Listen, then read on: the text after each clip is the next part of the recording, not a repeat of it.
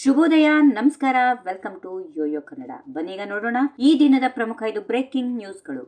ವಿಜೇಂದ್ರ ಬದಲಾವಣೆಗೆ ಮಾಜಿ CM BS Yediyurappa ಸಹಕರಿಸಬೇಕು ಹೀಗೆಂದು ಹೇಳಿರುವ ಬಿಜೆಪಿ ಶಾಸಕ ರಮೇಶ್ ಜಾರಕಿಹೊಳಿ ಮೇಲೆ ಕಿಡಿಕಾರಿರುವ ಬಿಜೆಪಿ ರಾಜ್ಯಾಧ್ಯಕ್ಷ ಬಿವೈ ವಿಜೇಂದ್ರ. ರಮೇಶ್ ಜಾರಕಿಹೊಳಿ ಎಚ್ಚರಿಕೆಯಿಂದ ಮಾತಾಡಬೇಕು. ಯಡಿಯೂರಪ್ಪ ವಿರುದ್ಧ ಮಾತಾಡುವ ಹಕ್ಕು ರಮೇಶ್ ಜಾರಕಿಹೊಳಿಗೆ ಇಲ್ಲ ಎಂದು ಅವರು ಕಿಡಿಕಾರಿದ್ದಾರೆ.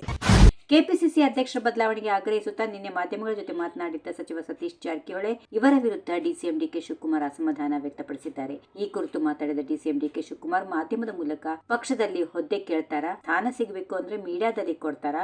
ಮೀಡಿಯಾದಲ್ಲಿ ಅಂಗಡಿಯಲ್ಲಿ ಎಲ್ಲೋ ಸ್ಥಾನ ಸಿಗಲ್ಲ.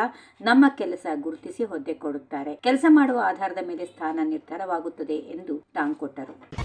ಮುಖ್ಯಮಂತ್ರಿ ಸಿದ್ದರಾಮಯ್ಯ ಅವರು ಜಾತಿ ಗಣತಿ ವರದಿಯ ಅಂಕಿಅಂಶಗಳು ಇನ್ನೂ ಸಾರ್ವಜನಿಕವಾಗಿಲ್ಲ ಎಂಬುದಾಗಿ ಸ್ಪಷ್ಟನೆ ನೀಡಿದ್ದು, ಇದಕ್ಕೆ ಸಂಬಂಧಿಸಿದ ಯಾವುದೇ ಊಹಾಪೋಹಗಳಿಗೆ ದಾಖಲಾದ ಅರ್ಥವಿಲ್ಲ ಎಂದು ಹೇಳಿದ್ದಾರೆ. ಸುದ್ದಿಗಾರರೊಂದಿಗೆ ಮಾತನಾಡಿದ ಅವರು, ನಾಳೆ ನಡೆಯಲಿರುವ ಸಂಪುಟ ಸಭೆಯಲ್ಲಿ ಜಾತಿ ಗಣತಿ ವರದಿ ಕುರಿತು ವಿಚಾರವನ್ನು ಮಂಡಿಸುವ ಬಗ್ಗೆ ಯಾವುದೇ ಯೋಚನೆ ಇಲ್ಲ. ಇದನ್ನು ಮುಂದಿನ ಸಂಪುಟ ಸಭೆಯಲ್ಲಿ ಚರ್ಚೆ ಮಾಡಿ ಸೂಕ್ತ ತೀರ್ಮಾನ ಕೈಗೊಳ್ಳುವ ಪ್ರಕ್ರಿಯೆ ನಡೆಯಲಿದೆ ಎಂದು ತಿಳಿಸಿದರು.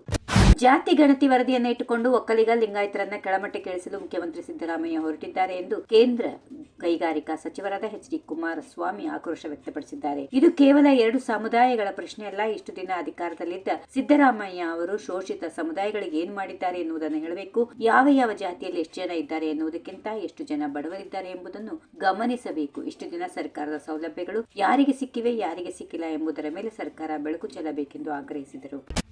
ಮಾಜಿ ಸಿಎಂ ಬಿಎಸ್ ಯಡಿಯೂರಪ್ಪ ರಾಜ್ಯ ಪ್ರವಾಸ ಕೈಗೊಂಡಿರುವ ವಿಚಾರ ಕುರಿತು ಪ್ರತಿಕ್ರಿಯೆ ನೀಡಿರುವ ಶಾಸಕ ರಮೇಶ್ ಜಾರಕಿಹೊಳಿ, ಮಗನ ಸ್ಥಾನ ಭದ್ರ ಮಾಡೋಕೆ ಮಾಡ್ತಿದ್ದಾರಾ ಅಥವಾ ಪಕ್ಷ ಭದ್ರ ಮಾಡೋಕೆ ರಾಜ್ಯ ಪ್ರವಾಸ ಮಾಡುತ್ತಿದ್ದಾರಾ ಎಂದು ಸ್ಪಷ್ಟಪಡಿಸಬೇಕು ಎಂದು ಆಗ್ರಹಿಸಿದ್ದಾರೆ. ಯಡಿಯೂರಪ್ಪನವರೇ, ನಿಮ್ಮ ಬಗ್ಗೆ ಗೌರವ ಇದೆ, ವಯಸ್ಸಾಗಿದೆ, ಪಕ್ಷ ಎಲ್ಲ ನಿಮಗೆ ಕೊಟ್ಟಿದೆ. ದಯವಿಟ್ಟು ಪಕ್ಷವನ್ನ ಬ್ಲಾಕ್ ಮೇಲ್ ಮಾಡಬೇಡಿ. ವಿಜೇಂದ್ರ ಬೆನ್ನು ಹತ್ತಿದ್ರೆ ನೀವು ಹಾಳಾಗುತ್ತೀರಿ.